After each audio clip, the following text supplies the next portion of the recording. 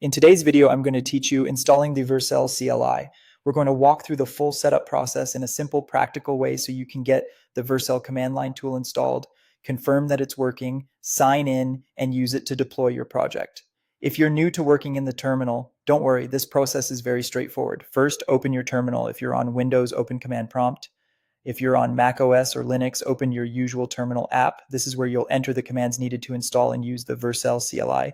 Make sure the terminal window is ready and active before moving on. Next, run the installation command for the Vercel CLI. Type the install command into your terminal and then press enter. This will download and install the CLI so your system can recognize Vercel commands. Depending on your system and internet connection, this may take a few moments. If you see messages appearing in the terminal, that's normal. Just let the installation complete. Once the install finishes, the next step is to verify that everything worked correctly. In the terminal, run the command vercel -- version.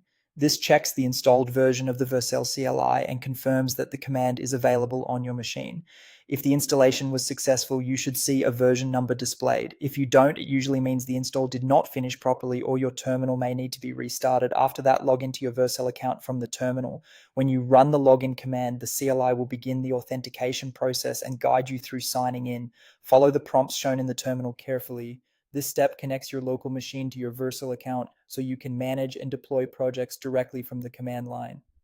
Next, confirm your identity. During login, you may be asked to verify that it's really you. This could involve approving the sign-in through your browser or completing a confirmation step linked to your account.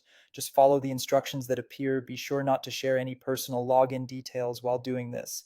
Finally, deploy your project. Once you're signed in and authenticated, you can run the deploy command from your project directory. The CLI will walk you through the setup and deployment flow, including any prompts needed to connect the folder to a Vercel project. After that, Vercel will build and publish your app, and that's it. You've installed the Vercel CLI, confirmed it's working, logged in, verified your identity, and deployed your project from the command line.